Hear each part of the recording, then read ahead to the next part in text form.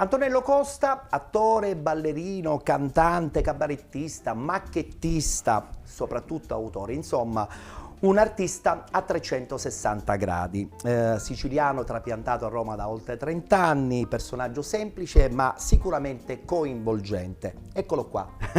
Ciao Antonello, ben trovato. Ciao, grazie dell'invito, è un piacere essere qui in questo mega studio di produzione. Siamo contenti, siamo contenti. Cosa manca in questa carta d'identità che ti ho appena annunciato? Manca attore di operetta. Vabbè, attore a 360 gradi. No, poteva... però sai, l'attore di operetta quando mi hanno chiamato, io ho avuto la fortuna di fare Niegus nella Vedova Allegra al Teatro Regio di Torino con Ugo Deana. La mia ignoranza calcola che è infinita. Quando mi chiamano, guardi c'è questo regista Ugo Deana che la vorrebbe nella Vedova Allegra, io pensavo, dico ma scusi, la Vedova Allegra? No, ma c'è il ruolo del comico. Ah, Io dico sì, c'è presente. Sì, dico ma chi è Ugo Deana? Cioè, Ugo Deana è lo Spielberg dell'opera lirica. Un'ignoranza.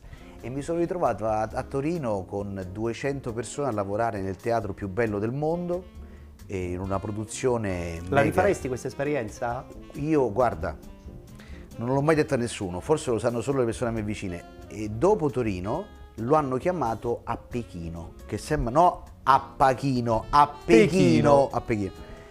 E doveva fare La Vedova Allegra a Pechino e mi avevano chiamato per andare un mese. Saresti partito subito? Subito, ma proprio senza valigie, via, ma sai che meraviglia. Certo. Poi lo Stato della Cina ha preteso che fosse fatto in cinese e non in inglese. E lì forse era un problema.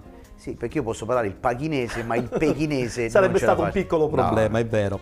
Senti, hai mai tagliato il tuo cordone ombelicale con la tua bella Sicilia? Impossibile. Ti dico un'altra cosa che Vai. sanno in pochi. Cioè qui sei tipo che sei il confessore, mi fai dire io non ho mai cambiato la mia residenza. Addirittura? E vivi da oltre 30 anni a Roma? Pago l'IMU come seconda casa a Roma, ma non sono mai riuscito a cambiare sul mio documento via X Augusta 96011 SR.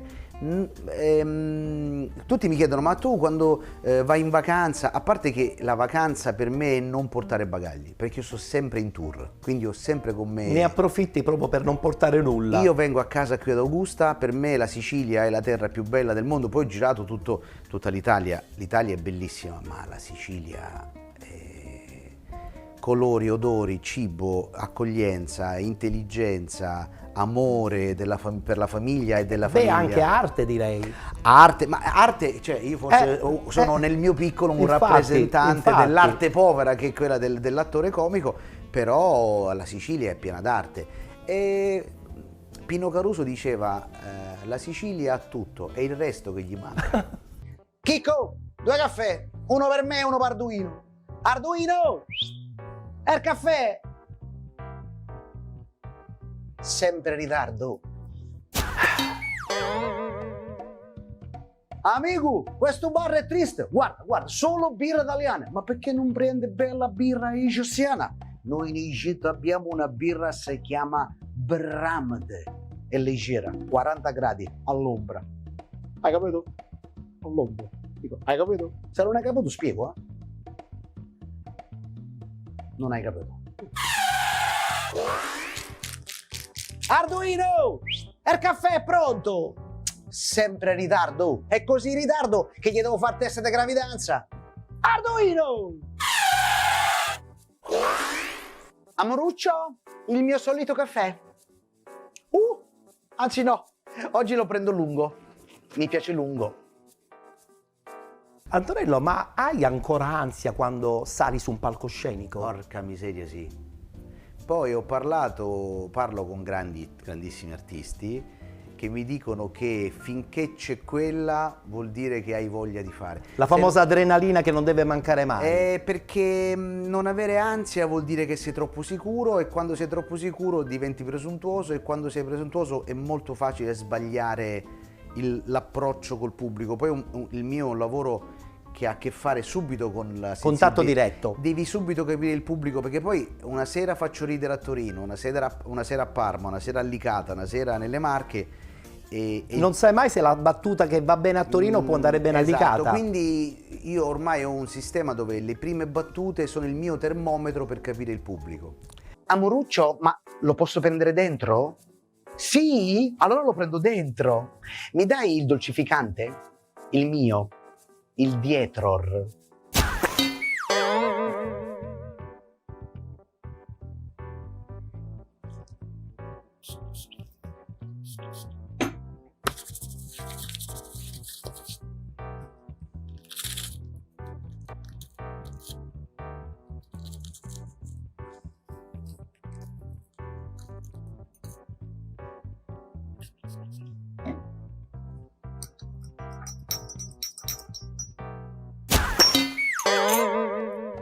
Guaglio, non si può più mangiare in santa pace, c'è sempre qualcuno che non mangia qualcosa. Io non mangio le uova, io non mangio la carne, io non mangio i lieviti, io mangio solo gallina allevata a terra, io mangio solo il tonno pescato con la canna.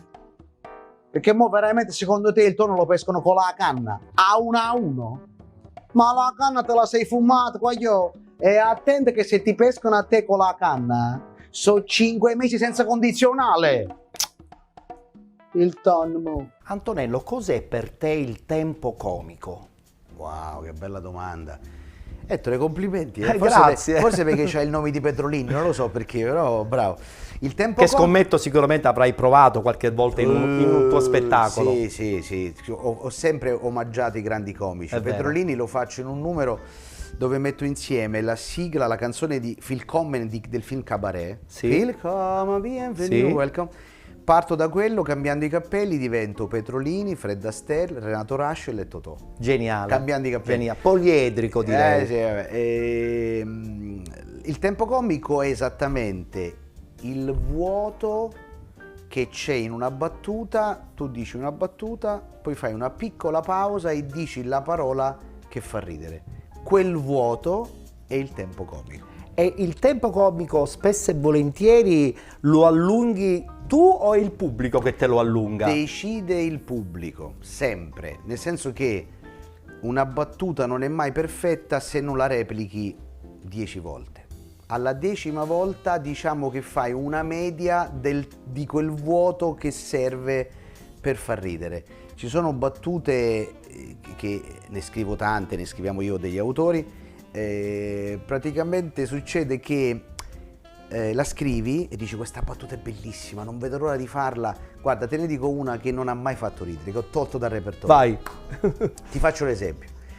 Don Antonino. Sì. Il mio zio, sto boss mafioso anni 50 che sta in America. Geniale direi, come dice, personaggio. Ora sto facendo concorrenza alla Volkswagen e in Sardegna sto aprendo una fabbrica di macchine e fabbricherò la Golf degli aranci.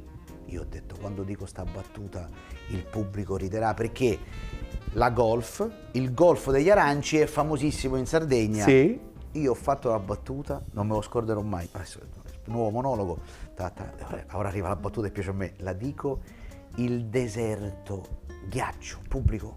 Avviene che cosa a questo punto dentro di te? Il panico? Io faccio, allora, la prima domanda, allora, incredibile, il comico riesce ad andare avanti con l'altra battuta. Nel frattempo... E intanto una parte del cervello continua a dire, ma perché il pubblico non ha... Allora, il comico scarso, e lo ero, non che sia tanti anni fa, pensa che il pubblico non capisca. E invece il pubblico capisce sempre. La verità è che non riesci a dare... C'è un meccanismo comico, sai perché è difficile far ridere? Perché è semplicissimo.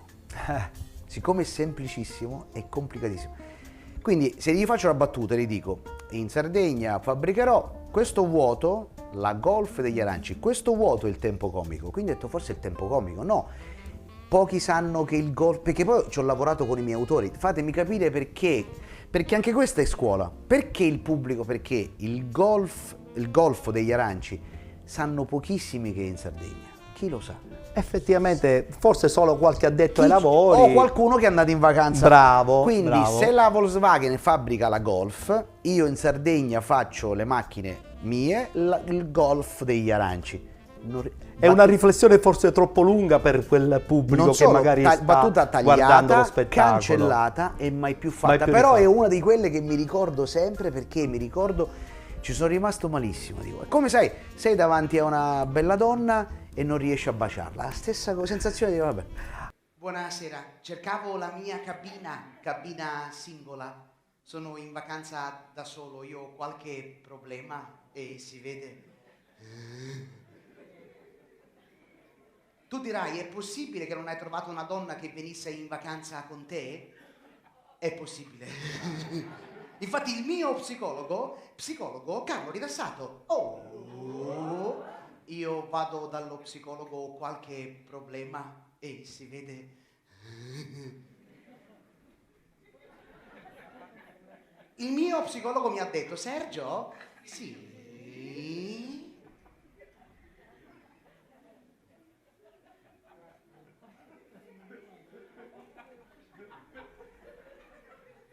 Dicevo, il mio psicologo mi ha detto, Sergio, sì.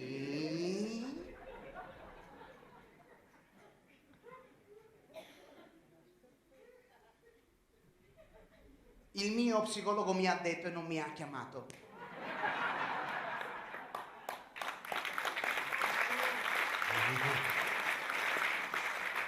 Tu che non sai mettere due parole in croce, vai in crociera, puoi conoscere altra gente, donne, Carlo Rilassato. Oh, io con le donne ho qualche problema. Non mi capita spesso di avere una donna viva.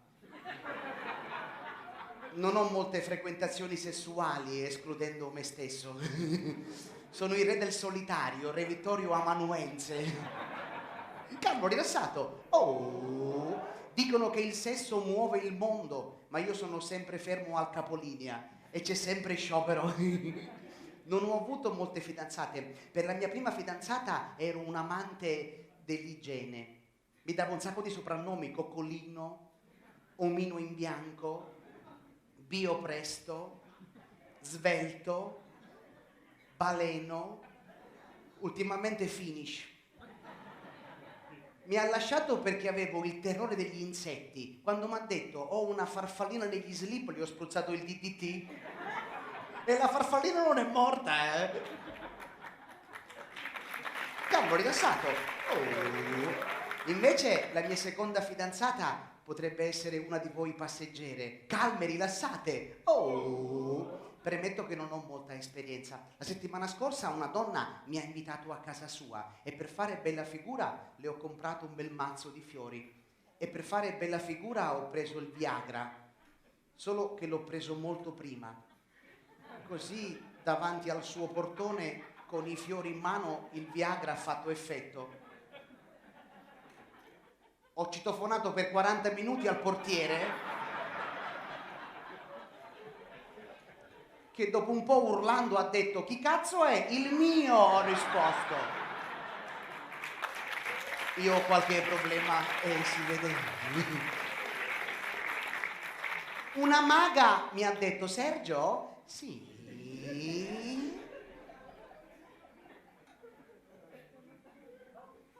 Una maga mi ha detto e non mi ha chiamato. Se vuoi trovare il vero amore devi eliminare chi fa sesso con te ma non ti ama. Sto cercando il modo per suicidarmi. Però il mio psicologo ha detto quando sarai in vacanza tutti i passeggeri dovranno fare il tuo verso. Proviamo, io farò Carlo Rilassato, voi farete oh, proviamo. Carlo Rilassato. Tutti esauriti, io lo sapevo, vi serviva una vacanza. La verità è che non sono bello, è vero? Ho avuto i primi dubbi quando una ragazza mi ha detto posso farti una foto per quando mi viene il singhiozzo?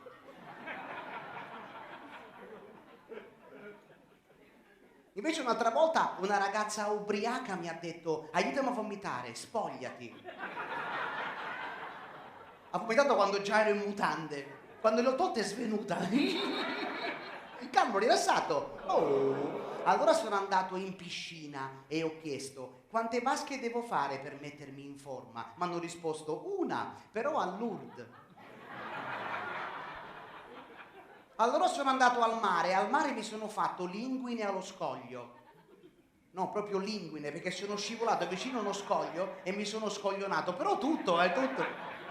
Vado a cercare la cabina. Devo stare calmo, rilassato. Oh, Sergio? Sì. Io ho qualche problema e si vede... Ma anche voi avete qualche problema e si vede. Sergio? Sì.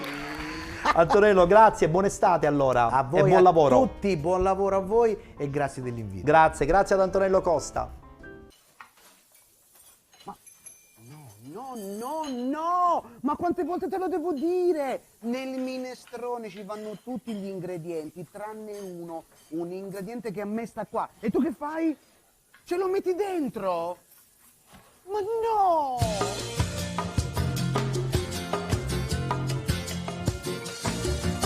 Per preparare un minestrone servono ortaggi in quantità, ci vuole molta dedizione e la ricetta eccola qua. Ma lui prende 2 pentole capienti fino a che l'acqua bollirà. Ha messo tutti gli ingredienti, ma c'è qualcosa che non va, chissà cos'è. Cos'è? C'è troppa patata, troppa patata in questo piatto.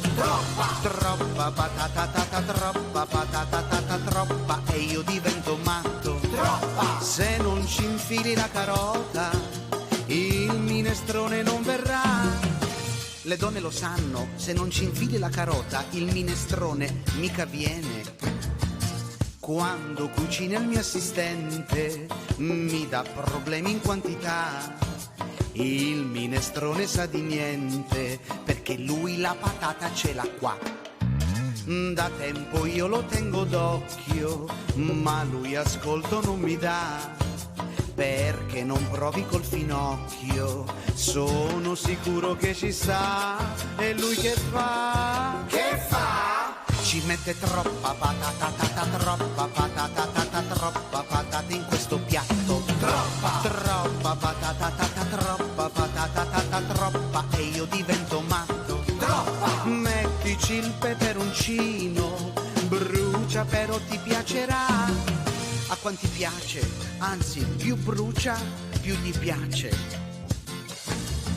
La mia ricetta è molto chiara, l'ho detto anche alla TV. Se preferisci la patata, con me non lavori più. Sai già perché? Perché? Perché c'è troppa patata, troppa patata in questo piatto. Troppa patata, troppa patata, troppa e io divento matto. Per essere il migliore in culinaria, queste verdure devi usare. Scrivi amore? Zucchine, melanzane, peperoni, cipolline, le carote coi porcini, ravanelli, pisellini, grandicelli perché grandi son più belli, pori asparagi, scarola, raparosa, cetriolini. Come vedi la patata non ci sta. Scusate. Troppa patata, troppa patata, troppa, quante volte gliel'ho detto. Troppa patata, troppa patata, troppa e se la porta pure a letto. Oggi la patata gli interessa, ma col tempo sai diventare